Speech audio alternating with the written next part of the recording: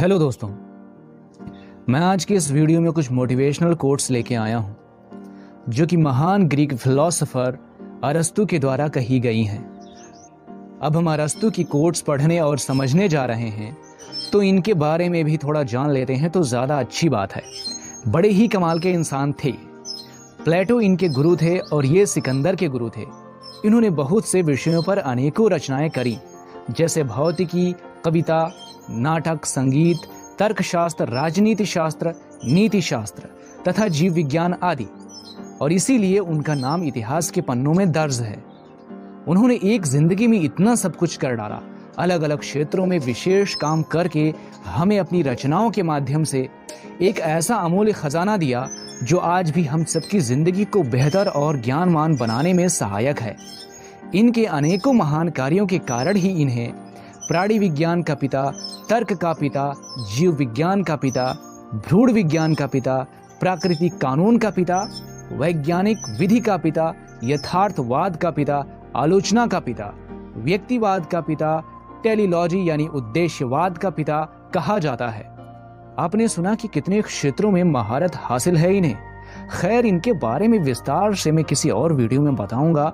अभी बात करते हैं इनकी कुछ कोटेशंस के बारे में, जिन्हें सुनकर आप खुद में एक सकारात्मक बदलाव महसूस करेंगे। तो चलिए अब शुरू करते हैं।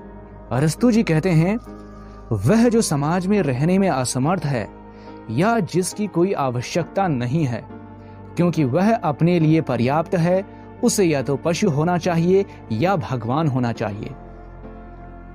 जो सबका मित्र होता है वो किसी का मित्र नहीं होता है।